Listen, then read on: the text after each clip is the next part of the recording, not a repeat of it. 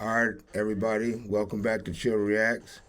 Today we're going to be responding to Matt's music, I believe. This is a video about Phonk. This is some music that I've been kind of listening to. I didn't even know what I was listening to. I didn't know it was even called that. But he's going to break it down. So I thought it was interesting, and I thought we'd just go over it together and check it out. All right, let's get it. What? Oh, shit. Well, hey there, guys. It's been a while. Well, I was gone for a few weeks, several long weeks. This whole new genre just came out of nowhere. And that genre, folks, is phonk. Not to be confused with funk, because funk is not funk. Funk has an F. Funk doesn't. It has a PH, which makes it funk, which is not funk. So what the funk is funk? Well, funk seems like a new phenomenon that just started. What the funk? Recently, it actually started all the way back in the early 2000s, which is, oh damn, that was like 20 years ago. Phonk is directly inspired from Memphis rap, which was born in the southern United States in the 90s. DJ Screw. I don't know if any of you guys know who DJ Screw is, but he used to make these songs. He would take rap songs and slow them down and give them a nice little mellow vibe. So he'd take fast songs, slow them down, and around that time is when the lean start kicking in. That's when a lot of people start getting into the lean. So it was that music that people would sip on that shit with and then get their little vibe on. All right. In listening to this music, you'll hear a more distorted sound with less focus on the melodies, with kind of a lo-fi tone over the whole thing. Interestingly enough, Memphis rap utilized samples anywhere from funk to horror film soundtracks and classical music. What Phonk does is takes this music and slows things down, adding aspects of nostalgia with jazz and funk samples and distortion, often accompanied with chopped samples from Memphis rap vocals. In the 2010s, funk producers would go on to increase the influence of jazz and classic hip-hop elements in their songs, while including a slower tempo trap beat over the whole thing. This is probably the form that the millennial generation is most. This is the stuff that I'm familiar with right there. The trapping in Japan, I be vibing to that stuff. Like early in the morning sometimes when I wake up, I put that stuff in. I mean, I like it. It's nice, chill music to me. I mean, it got the jazz, it got the hip hop, and they be mixing it up a little bit. You guys should check it out. Familiar with. Visionary producers pioneered this genre, such as DJ Screw, DJ Spanish Fly, DJ Squeaky, and X-Rated. What's interesting about the naming, though, is that funk wasn't popularized until this guy came around, Space Ghost Perp, who had released tracks with the funk nomenclature, such as Feel the Funk, Bring in the Funk, and because people just couldn't get enough of it, Keep Bringing the Funk. Space Ghost Perp said that the reason for this naming was because he used funk as a slang term for funk, which is reference to the G-funk music genre. And now we are about 10 subgenres deep, folks. And when you're this deep in musical subgenres, you just know that you'll find this stuff all over everyone's favorite music platform, SoundCloud. Funk producers were able to build large followings for themselves with their music on SoundCloud. I like SoundCloud. Actually, I should use it more often, but I really don't get into it that much. I don't know what it is, but something about it just, I don't know. I just don't be getting into SoundCloud. I do YouTube, Spotify, but with SoundCloud, for some reason, there's no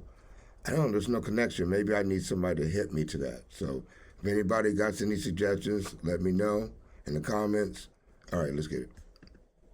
Further popularizing the genre, we can take a look at one notable producer, DJ Young Vamp, who has tons of listens on his SoundCloud for his funk songs, spanning as far back as 6 years and still growing to this day. I'm talking millions of listens on his SoundCloud alone. All of these songs are stylized with Simpsons stills, seemingly being inspired from the usage of The Simpsons in subgenres like chillwave or vaporwave. Early funk was further popularized by YouTuber Ryan Celsius, who posted long mashups with funk playing over video clips of driving on highways. Right. Despite the intense, loud trap beats and 808s, a staple of this music, the feeling that you get from these videos and songs is somewhat calming, surreal even. It gives new life to some old samples that these songs. That's why I like listening to them early in the morning, because they're nice and chill, but you get your little hip hop, you get the jazz.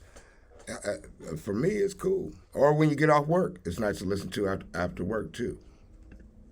Contain and almost makes you feel some kind of nostalgia for early rap days, even if you never lived through these times. The funk video that you're seeing right now on your screen was uploaded in 2017 by Ryan Celsius and has over 7 million views. Just to understand how popular. Ryan Celsius, that dude, check his stuff out. That dude, he got some really good mixes.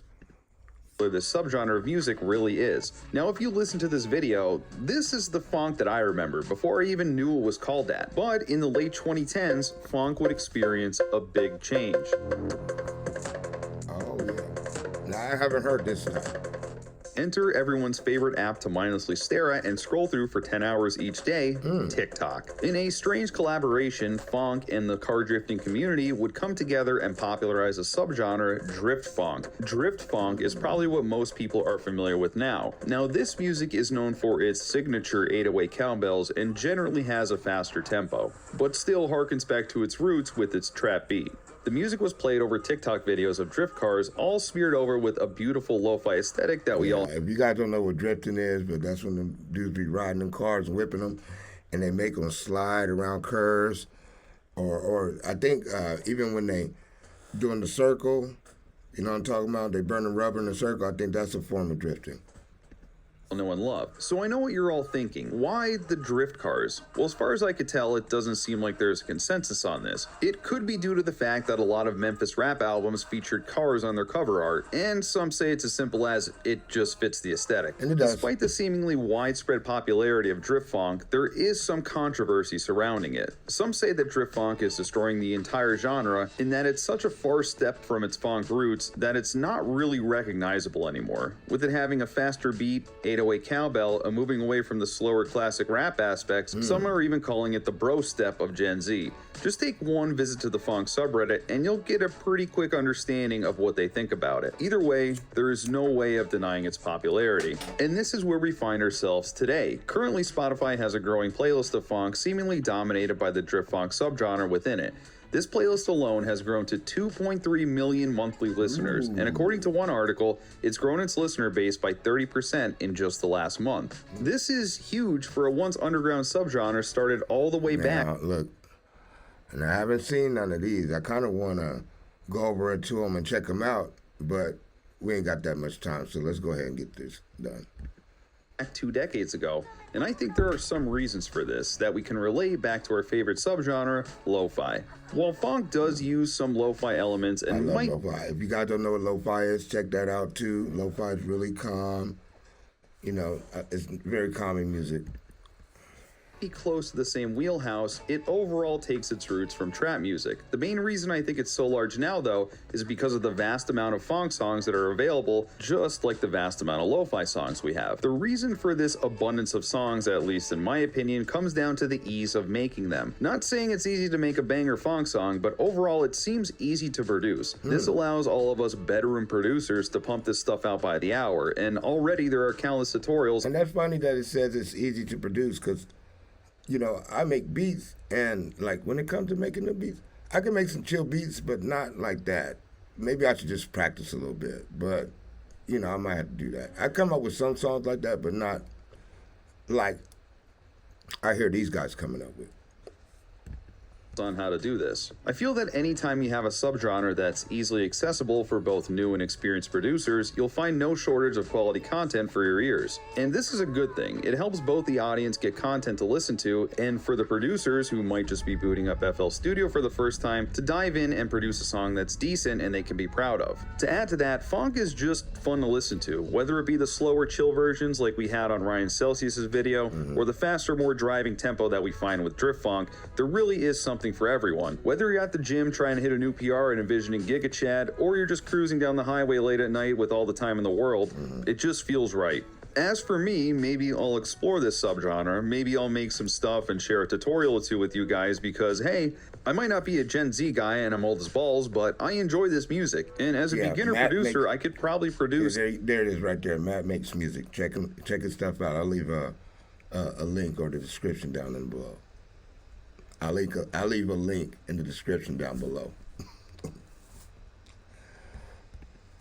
It's a decent funk song. Regardless of what I think though, funk is here to stay and will only get bigger as time goes on. I hope you enjoyed today's video, guys, and I'll see you in the next one. All right, there you go. What is funk? Now you guys understand.